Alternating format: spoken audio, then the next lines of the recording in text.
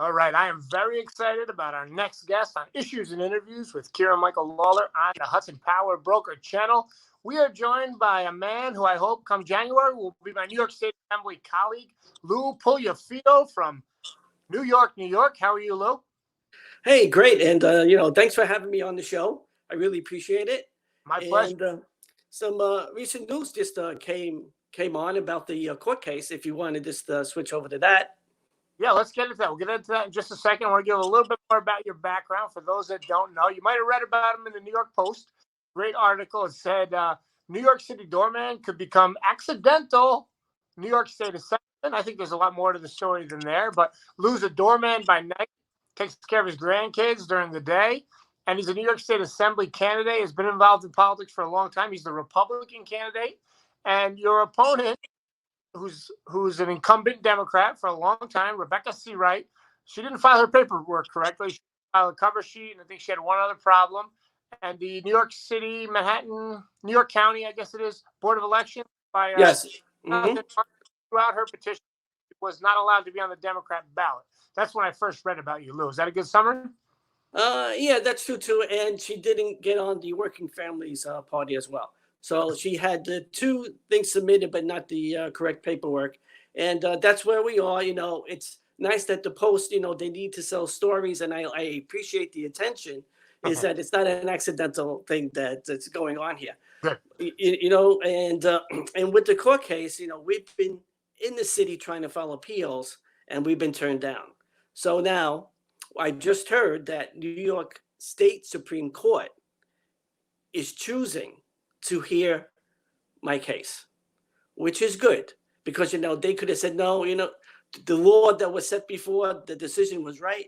So they're at least willing to look at the case, which is a good step forward, and maybe a signal to maybe something the decision being overturned. But, I'm not going to get my hopes up. I still have a campaign to run. I think I have a great campaign. I have a diverse background. And, as you read in the article, I'm a family guy, family oriented. And what I like to do is whatever decisions are made, we need to keep the family intact, through economic decisions and so on like that. We need to focus more on Main Street instead of Wall Street, and we you have to protect our children, and we have to protect our seniors.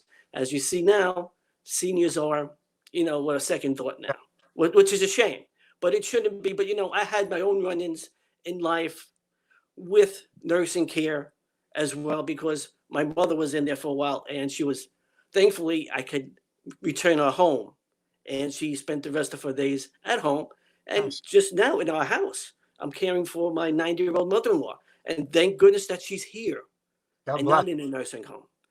But basically, I'm getting off course, talking too much. No. We want to hear from you, Lou. When I saw that, I actually tweeted. When I saw the article, take the accidental part out of there. That was just silliness on the part of the Post.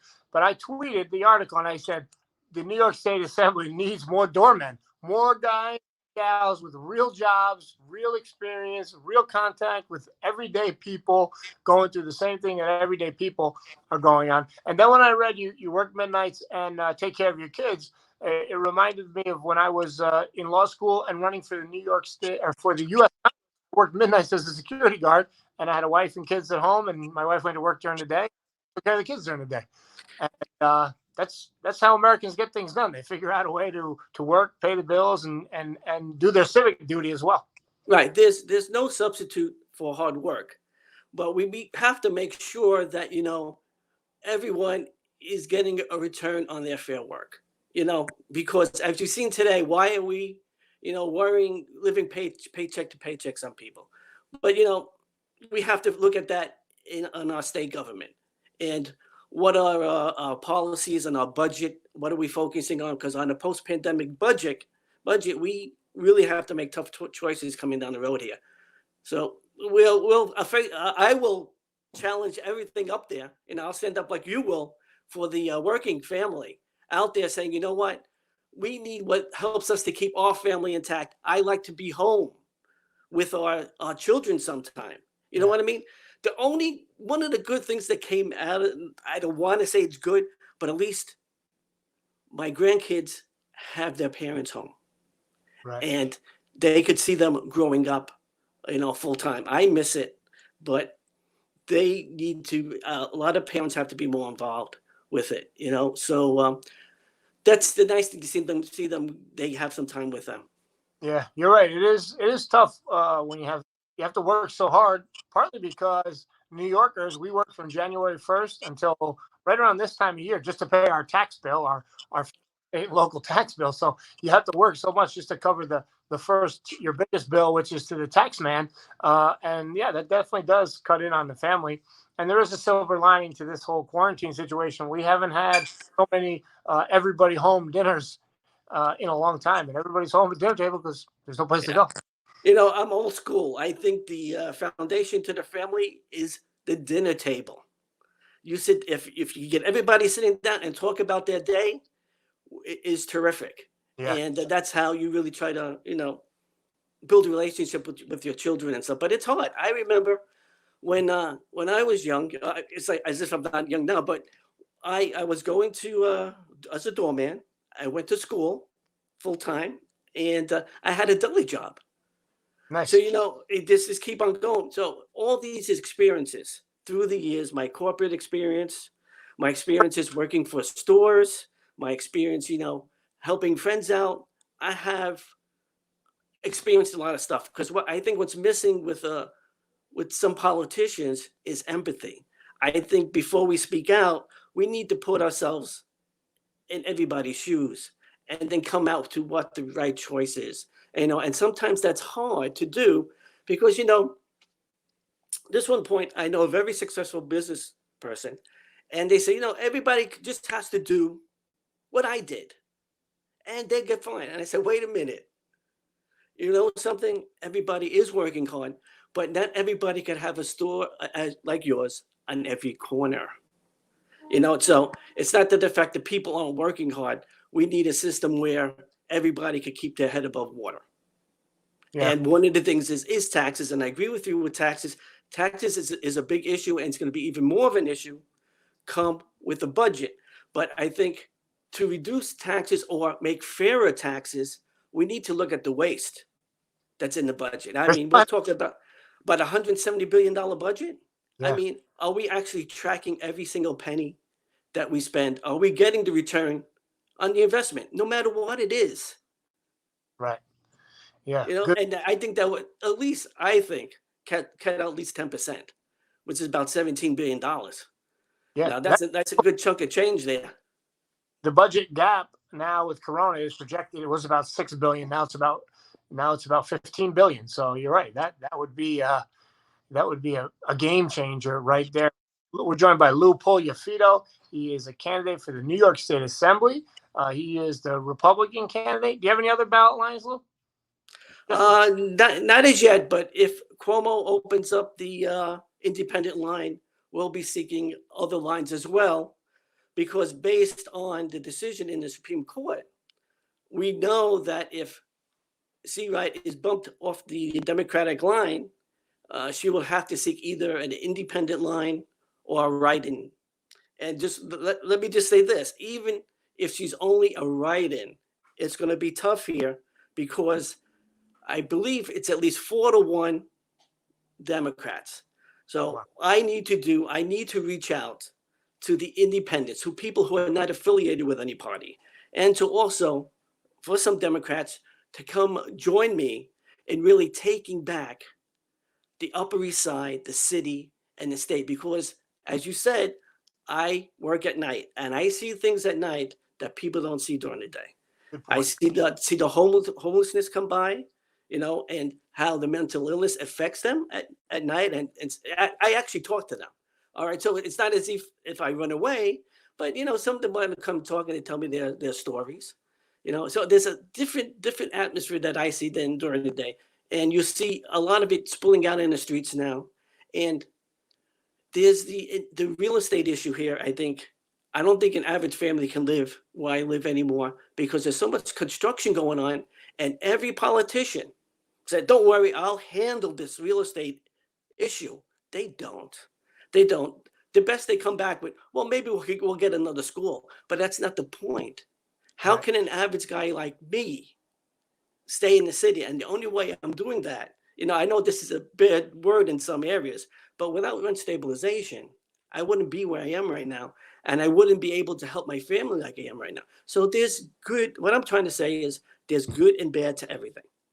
And we need to look at where these values are, and then let's work together on them. Because we can't proceed without everybody joining hands, the Republicans and the Democrats. No matter how much some people don't like them, but people do have good ideas on both sides. Because remember, I was a Reform Party. Right. So I just didn't like anything, not anything, but it's just that some of the approaches that both had weren't really in my fit. But there is some value to the Democratic, what they want to do, and there's value to the Republicans as well. So you could call me a hybrid candidate. I know some people not like to hear that, but we need to empathize and we need to love our neighbor. We have to put that into more of a practice. We have to stop putting labels on everything, because I know I'm on the ballot line for Republican, but don't throw that label on me. Look at me and my positions. Have an open mind. Look what the person represents. And that's what I ask all voters to do. All voters should not just go down the line, but to say, what is this candidate for? And do I support them? Oh, I'm not with them 100%, but you know what? They match most of my ideals. Let me vote for this person. But I think in this way things are going today, I think a lot of people just go down the ballot. And that's why it's so hard for, I hate to use the label, Republican to get elected Right. on the Upper East Side and anywhere in Manhattan.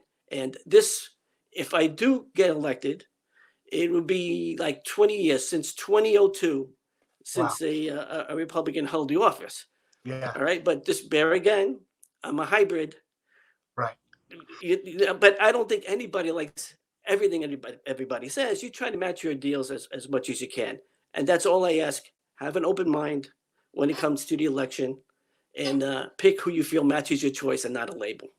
Right. I like what you're saying there. I'm sure if you and I sat down, as I hope to do in January, Yeah. that would really be something. I'm sure we'll disagree on some things and agree on some things, but that's what makes the world go around, You better believe it. Very true. Very true. Yeah. And we're going to wrap up here in about a minute and a half, but I want to get back to the ballot issue because I'm a little offended by two things with regard to your opponent. Number one, she's an incumbent. She's run before. All of these arcane election laws are really designed to protect incumbents and to make the little guy like you, the outsider like you, keep him off the ballot. Well, in this case, because of carelessness or whatever, she didn't follow the rules. If she really wanted to reform elections, she could have made this ballot access process easier. She didn't. She fell victim to this incumbent protection racket. That's one thing. And then when she did that, I'm really offended. I think everybody should be kind of offended and look at this skeptically. She said, I had a COVID-like virus. So she's trying to blame the pandemic on the fact that she didn't follow the proper paperwork that everybody files, that people get thrown off the ballot all the time for. But usually it's not the incumbent with the machine behind it. Let me just put a little point. Yeah. I, too, had presumptive COVID, too, during the same time period. And in fact, my brother was hospitalized, and thank God, we were saying our last goodbyes, but he recovered. And he's home now, still in recovery. Thank God that things turned around for him.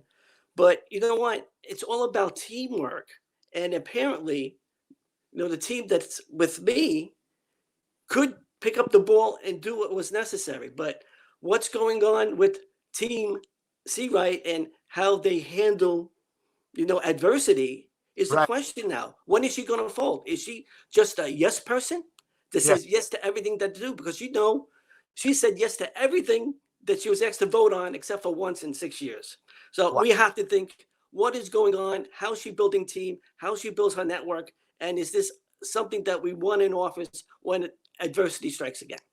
So true. We're going to leave it right there. Lou Puliafito, he's going to shake things up in Albany, be a representative. That's right. Me and you together. Sounds good, Lou. Thanks so much for joining us. We'll talk again. Thank you for having me. I appreciate it.